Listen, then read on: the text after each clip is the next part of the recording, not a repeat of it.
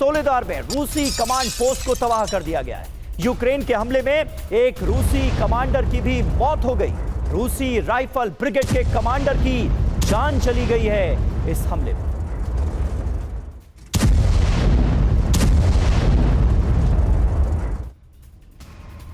और रूस का यूक्रेन पर हुआ है घातक अटैक। अमेरिकी रडार सिस्टम किया गया है तबाह।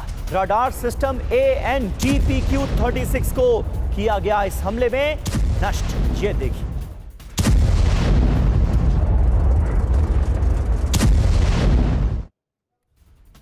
और वहीं यूक्रेन पर रूस ने भीषण स्ट्राइक की है। रॉकेट से यूक्रेन पर किए गए ताबड़तोड़ हमले।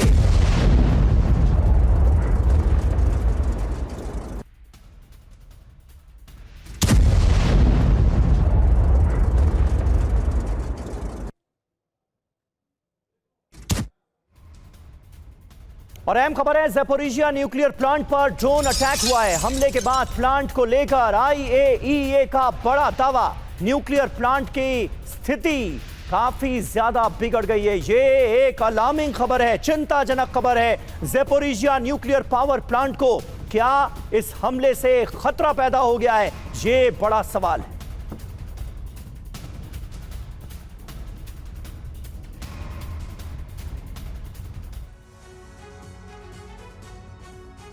तो देखिए, ग्लोबल एटमी आपातकाल, ज़ैपोरिज़िया प्लांट से खतरा बढ़ता जा रहा है। IAEA ने भी इसे लेकर चेतावनी दी है। ज़ैपोरिज़िया न्यूक्लियर पावर प्लांट की स्थिति बिगड़ी है। रूस का आरोप क्या है? न्यूक्लियर पावर प्लांट पर ड्रोन से हमले हुए। हमला कब हुआ? यूक्रेन आजादी की 34वीं सालगिरह मना रहा था, उसी दौरान ये हमले हुए। हमले का असर क्या हुआ है? न्यूक्लियर प्लांट के एक ट्रांसफार्मर में आग लग गई हमले के बाद। बड़ी बात देखिए क्या है, IAEA की रिपोर्ट से पूरा का पूरा यूरोप टेंशन में है। संयुक्त राष्ट्र की परमाणु निगरानी संस्था है IAEA, और उसने ये चिंता जताई है। अभी रूस के कब्जे में है ज़ैपोरिज़िया न्यूक्लियर पावर प्लांट। रूस अपने नियंत्रण में रखना चाहता है ये प्लांट। ज़ैपोरिज़िया प्लांट पर कब्जा करना चाहता है यूक्रेन, और इसीलिए लगातार इस प्लांट को बनाया जा रहा है निशाना। तो यूक्रेन रूस युद्ध में शांति स्थापना से पहले रणनीतिक बदलाव का दौर शुरू हो गया है। इस बदलाव के दौर में पुतिन यूक्रेन के ज्यादा से ज्यादा हिस्से पर रूसी ध्वज लहराना चाहते हैं। तो ज़ेलेंस्की उस हद तक रूस को कमजोर बनाना चाहते हैं जहां समझौते पर पुतिन की शर्तें हावी ना हो। इसलिए इस समय ज़ेलेंस्की न्यूक्लियर तबाही के ऑपरेशन को अंजाम तक पहुंचाने की कोशिश में लगे। अब कैसे लीक हुई ये पूरी जानकारी इस रिपोर्ट में देखिए।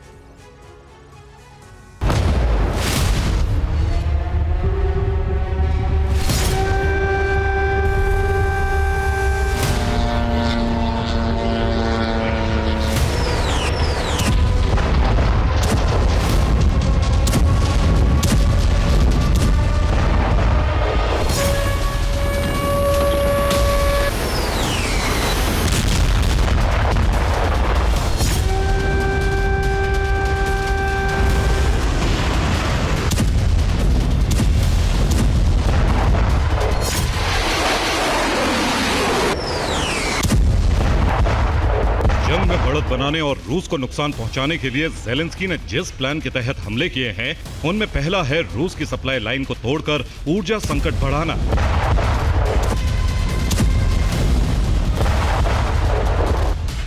और दूसरा है न्यूक्लियर ताकत के सिरमौर रूस को न्यूक्लियर अग्नि में ही भस्म कर देना।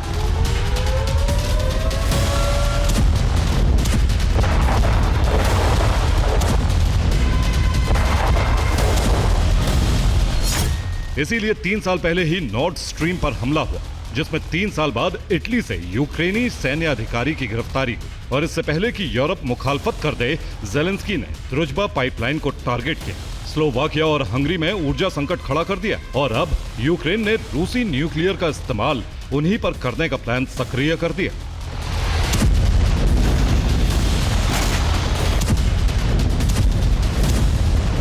यह रूस के कुर्स्क का वो न्यूक्लियर प्लांट है जिससे पश्चिमी रूस समेत पूर्वी यूक्रेन तक बिजली सप्लाई होती है।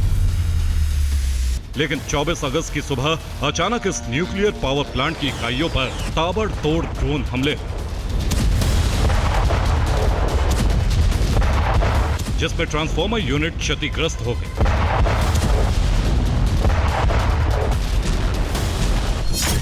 दावे के तहत यूक्रेन की तरफ से ब्रियांस्क, कलुगा, स्मोलेंस्क, लेनिनग्राद, तेवर नोवोगोरोद, ओरियोल, ताम्बोव और कुर्स्क समेत मॉस्को चुवाश पर एक साथ ड्रोन से हमले हुए, जिसमें से 57 ड्रोन को रूस के इलेक्ट्रॉनिक सिस्टम ने इंटरसेप्ट कर दिया, लेकिन कई ड्रोन सटीक निशाने पर गिरे।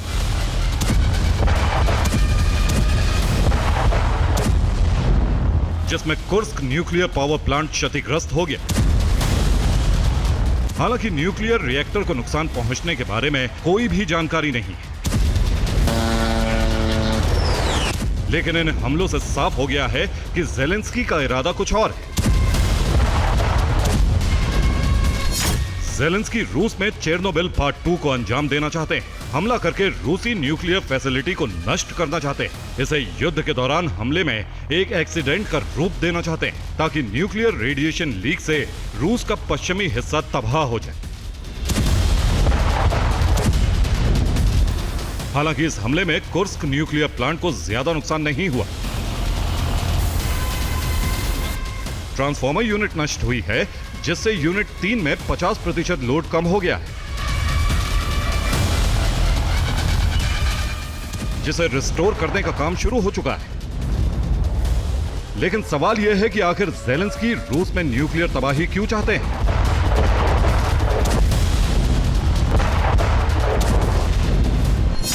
इस सवाल का जवाब साफ है कि एक तो ज़ेलेंस्की रूस में न्यूक्लियर संकट खड़ा करना चाहते हैं, और दूसरा ज़ेलेंस्की युद्ध की आग को और ज्यादा भड़काना चाहते हैं। इसमें फायदा सिर्फ यह है कि अगर न्यूक्लियर रेडिएशन फैलता है तो पुतिन का पूर्वी यूक्रेन पर कब्जे का ख्वाब टूट जाएगा, और अगर इस कदम से युद्ध भड़कता है तो फिर यूक्रेन को लैंड डील नहीं करनी पड़ेगी, जिससे यूरोप और अमेरिका उनके पक्ष में बने रहेंगे। तो क्या ज़ेलेंस्की आगे भी ऐसे हमले करेंगे?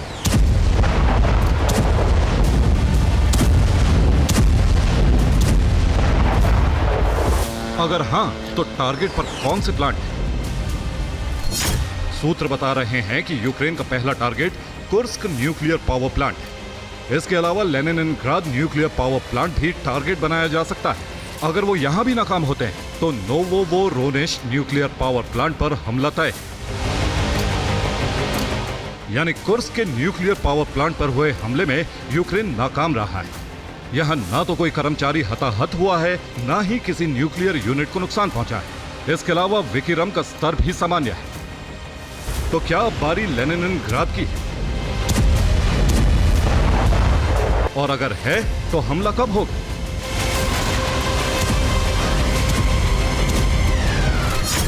सूत्र दावा कर रहे हैं कि यूक्रेनी सेना लेनिनग्राद न्यूक्लियर पावर प्लांट को तुरंत निशाना नहीं बनाएगा, बल्कि हमले को दुर्घटना का रूप देने के लिए थोड़े समय सामान्य हमले करेगा। इसके अलावा रणनीति में बदलाव कर एजेंट्स के जरिए भी हमले को अंजाम दे सकता है।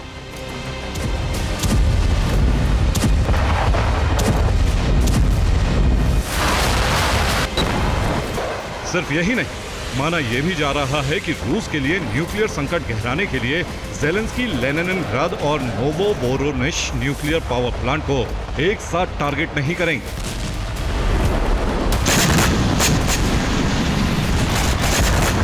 लेकिन मुमकिन है कि अब तक की रणनीति में बदलाव कर तीनों न्यूक्लियर प्लांट में से किसी एक को अगला टारगेट बना सकते हैं। ऐसा इसलिए भी क्योंकि ज़ेलेंस्की चाहते हैं कि युद्ध विराम के किसी भी मंच पर पहुंचने से पहले रूस कमजोर हो जाए, और अगर रूस कमजोर हुआ तो लैंड डील की शर्तों पर पुतिन को झुकाया जा सकता है। इसके अलावा अगर पुतिन वार्ता में शामिल नहीं होते हैं तो उन्हें युद्ध का दोषी साबित किया जा सके। इस स्थिति में अमेरिका को यूक्रेन के पक्ष में प्रत्यक्ष भूमिका निभानी पड़ेगी। हालांकि एक सच्चाई यह भी है कि कुर्स्क न्यूक्लियर पावर प्लांट पर यूक्रेनी हमले के बाद पुतिन और ज्यादा सतर्क हो गए हैं। पश्चिमी दिशा के उन सभी न्यूक्लियर प्लांट, रिफाइनरीज और पाइपलाइन की सुरक्षा उन्होंने बढ़ा दी है जो यूक्रेन के टारगेट पर है।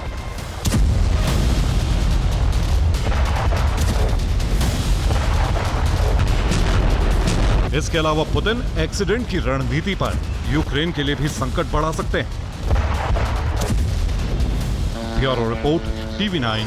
भारतवर्ष। और इस बीच खबर तो यह है कि बायो वेपन वॉर की तैयारी कर रहा है अमेरिका। अमेरिकी प्रोफेसर ने इसे लेकर बड़ा दावा किया है। यूक्रेन में 36 अमेरिकी बायो वेपन लैब मौजूद हैं। प्रोफेसर डेव कॉलम ने कहा, बायो वेपन टेस्टिंग के लिए यूक्रेन बिल्कुल मुफीद जगह है। तो देखिए, क्या यह बात सही है कि रूस के खिलाफ बायो वॉर की तैयारी की जा रही है? अमेरिकी प्रोफेसर तो कुछ ऐसा ही दावा कर रहे हैं। अमेरिकी प्रोफेसर डेव कॉलम यह दावा कर रहे हैं कि बायो वेपन टेस्टिंग के लिए यूक्रेन बिल्कुल सही जगह है। और अपने इस दावे के पक्ष में वो दो तर्क सामने रखते हैं। यूक्रेन क्यों सही जगह है, यह उन्होंने बताया है। पहला, यूक्रेन में फर्स्ट वर्ल्ड इंफ्रास्ट्रक्चर मौजूद है। संसाधन, संरचना और बुनियादी ढांचा इसके लिए मुफीद है। दूसरा, यूक्रेन में थर्ड वर्ल्ड के लोग गरीब, संसाधनहीन और कमजोर आबादी वाले हैं। ये दो तर्क दिए गए हैं और बताया गया है कि किस तरह से बायो वेपन वॉर छेड़ने की तैयारी हो सकती है और उसके लिए यूक्रेन की सरजमीन का इस्तेमाल किया जा सकता है। रूस पर यूक्रेन के ड्रोन हमले इस बीच और तेज हो गए हैं। हर दिन 400 से ज्यादा हमले हो रहे हैं। अलास्का बैठक के बाद यूक्रेन के हमले और ज्यादा बढ़ गए। Прям там сейчас бляха-муха. तो 24 घंटे में 400 हमले, रूस को दहला रहा है यूक्रेन। फ्रीक्वेंसी काफी बढ़ गई है। रूस का आरोप देखिए क्या है। अलास्का बैठक के बाद यूक्रेन ने हमले तेज किए हैं। हर दिन हमलों की संख्या 300 से बढ़कर 400 तक पहुंच गई। ड्रोन हमले की वजह से मरने वालों की संख्या भी बढ़ी है। युद्ध में 90% मौत ड्रोन हमले की वजह से हो रही है। हमले से जनता के मन में असुरक्षा की भावना भी बढ़ गई है। तो यूक्रेन में रविवार को स्वतंत्रता दिवस पर शानदार समारोह का आयोजन किया गया, लेकिन जश्न से ठीक पहले यूक्रेन ने रूस के 12 प्रांतों पर हमला कर दिया। रूसी एनर्जी सेक्टर पर हमले के सिलसिले को जारी रखते हुए यूक्रेन ने उत्सलुगा पोर्ट पर भी हमला किया। यहां रूस का बहुत बड़ा गैस प्लांट है। इसके अलावा रिफाइनरी को भी निशाना बनाया गया। यूक्रेन के लगातार हमलों की वजह से रूस में तेल और गैस की किल्लत और बढ़ने वाली है। यूक्रेन के लगातार हमलों के बीच खबर यह भी आई है कि अमेरिका ने रूस में हमलों की रफ्तार को रोकने के लिए ATACMS मिसाइलों से प्रहार कर पाबंदी लगा दी।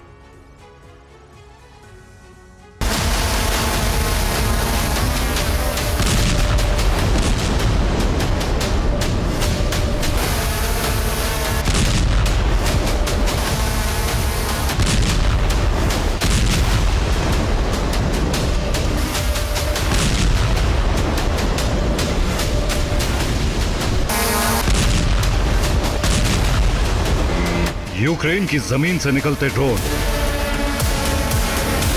और रूस की जमीन पर उठता आग का ये गुबार। एक बार फिर ताबड़तोड़ हमलों से यूक्रेन ने संदेश दिया है कि यूक्रेन स्वतंत्र है और स्वतंत्र ही रहेगा।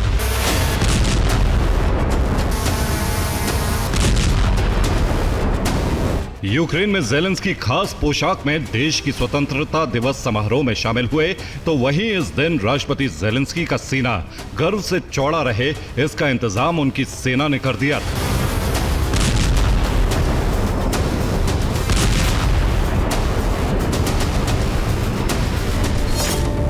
रूस से दो भयावह तस्वीरें सामने आई हैं। उस्तलुगा पोर्ट पर नोवाटेक गैस टर्मिनल आग की लपटों से घिरा है, तो वहीं रोस्टोव के नोवोशाखेतिन्स्क रिफाइनरी में आग अब तक नहीं बुझी।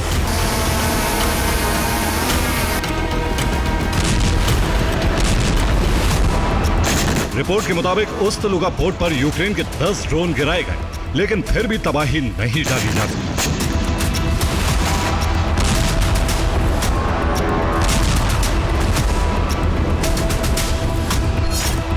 रिपोर्ट के मुताबिक गैस प्लांट का कोर हिस्सा भी क्षतिग्रस्त हो गया। क्रायोजेनिक गैस का प्रोडक्शन अब नहीं हो सकेगा। इस प्लांट से एथेन, प्रोपेन, ब्यूटेन की सप्लाई होती थी।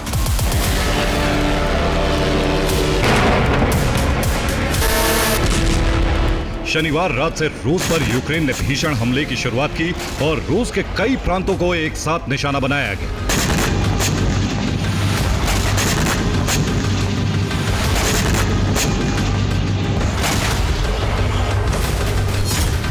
हमले में यूक्रेन ने 120 ड्रोन का इस्तेमाल किया। 95 ड्रोन रूसी एयर डिफेंस से गिरा दिए गए, लेकिन यूक्रेनी हमले पूरी तरह से रोके नहीं जा सके। यूक्रेन ने रूस के फ्रंटलाइन से लेकर राजधानी मॉस्को और सेंट पीटर्सबर्ग तक ड्रोन से हमले किए। रूसी रक्षा मंत्रालय के मुताबिक रूस के 10 से अधिक इलाकों पर हमले की कोशिश हुई।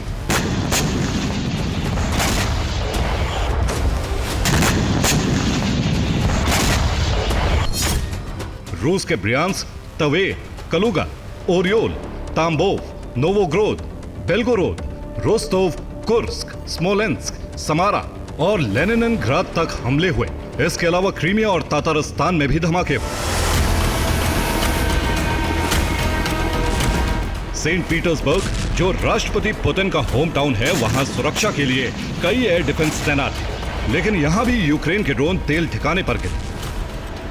ये रूस का तेल निर्यात सेंटर है, जो अब आग की लपटों से घिर चुका है। सेंट पीटर्सबर्ग पर हमले के दौरान दहशत मची रही। एक भी रूसी विमान ने इस दौरान टेक ऑफ नहीं किया। 60 विमानों को कैंसिल किया गया। रूस का पोलकोवो एयरपोर्ट 18 घंटे तक बंद रहा।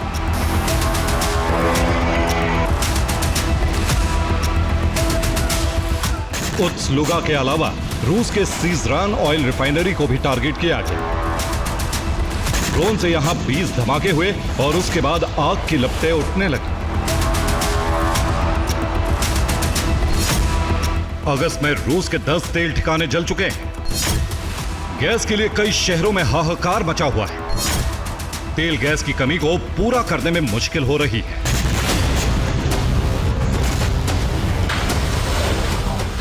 रूसी अर्थव्यवस्था पर यूक्रेन के भारी प्रहार की चर्चा पेंटागन तक है। अमेरिका को अब यूक्रेन में बड़ी अनहोनी का संदेह है। ट्रंप को लग रहा है कि पुतिन यूक्रेन से बहुत बड़ा इंतकाम ले सकते हैं। आपको संक्षेप में दिखाते हैं कि कैसे 30 से भी कम दिनों में यूक्रेन ने रूस के तेल व्यापार को नुकसान पहुंचाया है।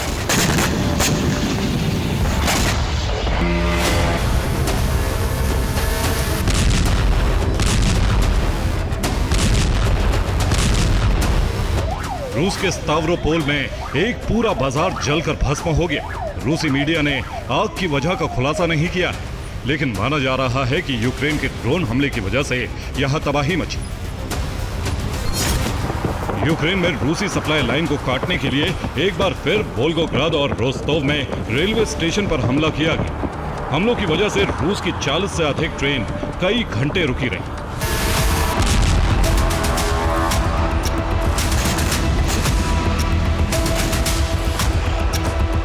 डोनेस्क में इन्हीं इलाकों से हथियार और सेना को रसद की सप्लाई हो रही है। डोनेस्क में भी रूसी सेना ने मुकाबला तेज कर दिया है। यूक्रेनी सेना अब रूसी फौज पर लगातार हमले कर रही है। डोनेस्क में रूस के 16 सैनिकों ने सरेंडर कर दिया है।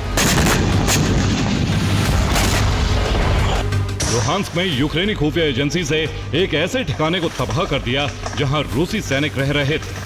दावा है कि सभी रूसी सैनिक बूचा नरसंहार में शामिल थे। यूक्रेन ने सैनिकों को मारने के लिए एक घर को तबाह कर दिया।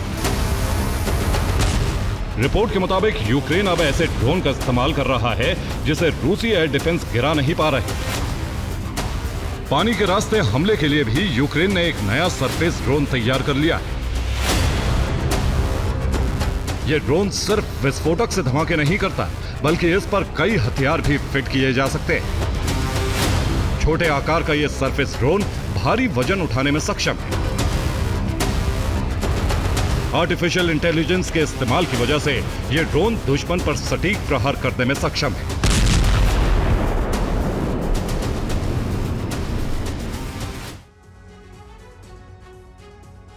और अब तो ऐसा लगता है कि यूक्रेन भी लंबी जंग के लिए खुद को तैयार कर रहा है। जी हां, यूक्रेन से एक अहम खबर सामने आ रही है। यूक्रेन ने नेपच्यून मिसाइल बनाई है। लंबी दूरी की यह मिसाइल है और इस पर लंबे समय से काम चल रहा था। नई मिसाइल की मारक क्षमता 1000 किलोमीटर तक पहुंच गई है। R360 का यह एडवांस वर्जन है, लॉन्ग रेंज नेपच्यून मिसाइल।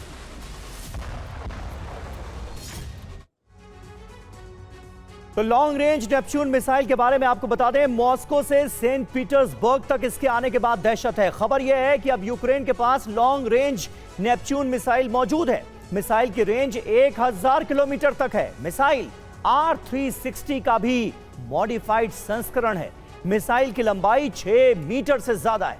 इसकी मारक क्षमता भी बढ़ा दी गई है, इसलिए इसे अब बेहद घातक माना जा रहा है। और जेलेंस्की को रूस ने यूक्रेन का अवैध नेता बता दिया है। जेलेंस्की के साथ पुतिन कोई डील नहीं करेंगे, ये रूस ने क्लियर कर दिया है। यानी पुतिन के साथ जेलेंस्की की कोई बात नहीं होगी, कोई वार्ता नहीं होगी। जब तक जेलेंस्की तब तक शांति डील हो ही नहीं सकती, ये रूस ने कह दिया है। कोई डील साइन करने का जेलेंस्की को अधिकार ही नहीं।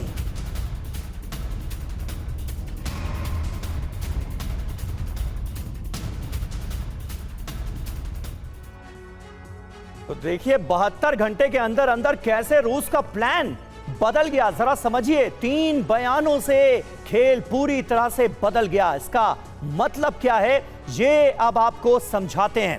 पहला, रूस को भी सुरक्षा गारंटी चाहिए। सबसे पहले सर्गेई लावरोव की तरफ से यह बयान आया। इसका मतलब यह है कि अमेरिका की कोशिशें शून्य हो गई हैं पूरी तरह से, क्योंकि यहां तो यूक्रेन की सुरक्षा गारंटी का जिक्र हो रहा था, अब रूस अपने लिए सिक्योरिटी गारंटी मांग रहा है। जेलेंस्की पुतिन की मुलाकात नहीं होगी, ये साफ तौर पर नजर आ रहा है। जंग और विध्वंसक होने के ये सीधे संकेत हैं। रूस ने ये क्लियर कर दिया कि जेलेंस्की और पुतिन नहीं मिलने जा रहे, ये सिर्फ डोनाल्ड ट्रंप की कपोल कल्पना है।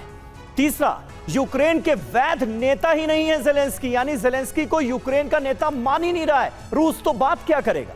मतलब यह कि शांति वार्ता की संभावना पूरी तरह से खत्म होती नजर आ रही है। तो यह हो रहा है, यूरोप में महाविनाश का सबसे खौफनाक चरण कभी भी शुरू हो सकता है, क्योंकि युद्ध विराम की संभावना करीब करीब समाप्त हो चुकी है।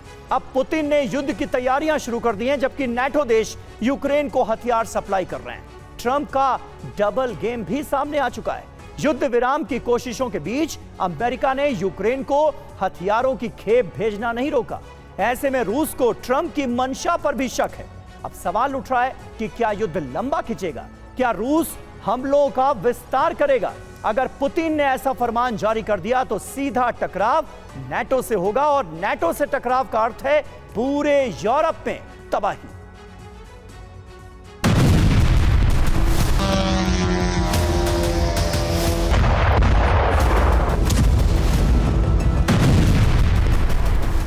Приводи его быка врача.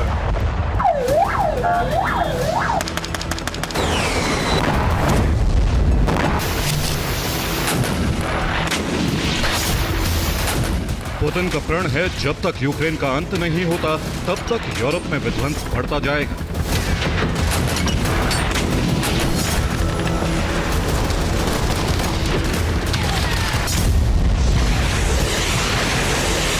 युद्ध विराम की सभी कोशिशें बेकार साबित हो रही हैं।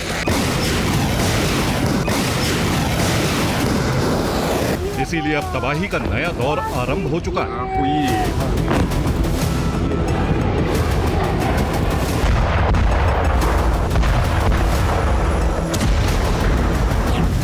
ट्रंप की दोहरी नीति भी सामने आ रही है।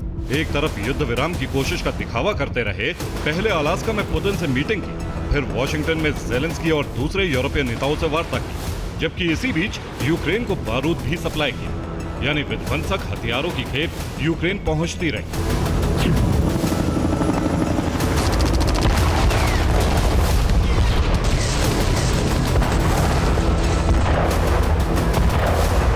ट्रंप की इस चाल से क्रेमलिन में कोहराम मचा हुआ है। सवाल उठ रहा है, क्या अमेरिका यूरोप में विध्वंस रोकना नहीं चाहता और पुतिन को यूक्रेन युद्ध में फंसा कर रखना चाहता है?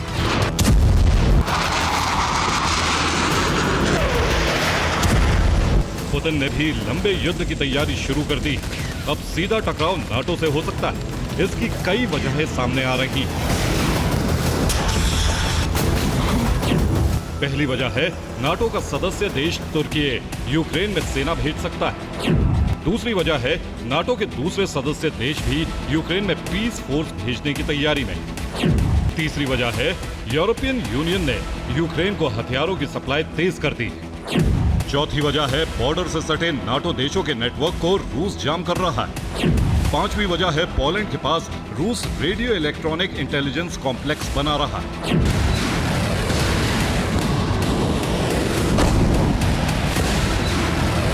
सिर्फ इतना ही नहीं, नाटो से अमेरिका का मनमुटाव सिर्फ दिखावा है, क्योंकि अमेरिका फ्रंट लाइन पर नाटो देशों को रख रहा है, जबकि बैकडोर से यूक्रेन को अमेरिका के इशारे पर हथियार पहुंचाए जा रहे हैं।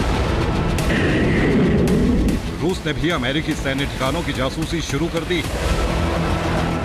अलास्का के पास अमेरिकी F-16 ने रूसी सर्विलांस विमान को इंटरसेप्ट किया, जिससे क्रेमलिन और पेंटागन में तनाव बढ़ गया। जबकि अमेरिका ने यूक्रेन को F-16 की बड़ी खेप देने के लिए नाटो देशों से कहा। खुद अमेरिका भी पेट्रियट डिफेंस सिस्टम देने पर विचार कर रहा है। इस बीच अमेरिका यूक्रेन को 3,350 ईरन मिसाइल दे रहा है, जिससे रूस पर बड़े हमले किए जा सके।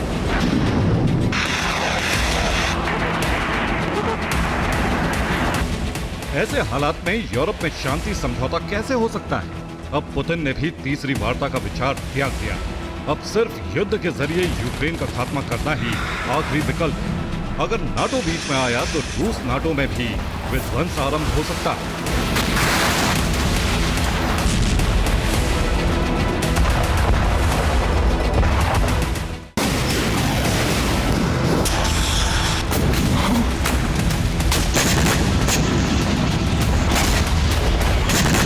ज़ेलेंस्की बिना सुरक्षा की गारंटी के वार्ता नहीं करना चाहते हैं। पुतिन डोनबास के संपूर्ण विलय की गारंटी के बाद ही युद्ध विराम की तरफ बढ़ेंगे। इस बीच ट्रंप ने भी युद्ध विराम की कोशिशों से हाथ पीछे खींच लिया है।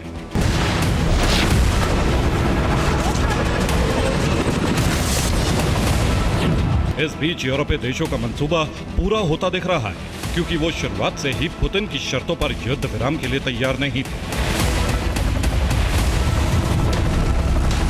यूरोप ने सर्दियों तक युद्ध की तैयारी शुरू कर दी, जबकि रूस पहले से ही इस परिस्थिति के लिए तैयार है। रूस ने हमले का ट्रेलर दिखा दिया।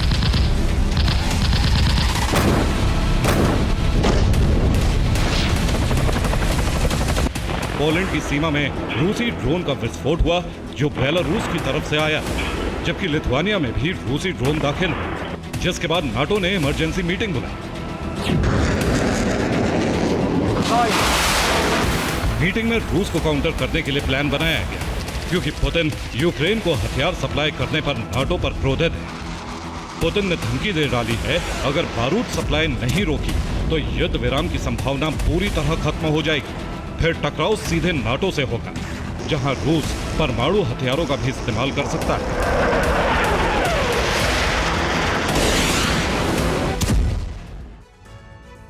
और इस बीच रूस ने भी लॉन्च कर दिया है घातक युद्धपोत। प्रोजेक्ट 22350 के तहत वॉरशिप लॉन्च कर दिया गया है। हाइपरसोनिक मिसाइल से लैस है ये युद्धपोत। घातक युद्धपोत का नाम है सी टर्मिनेटर।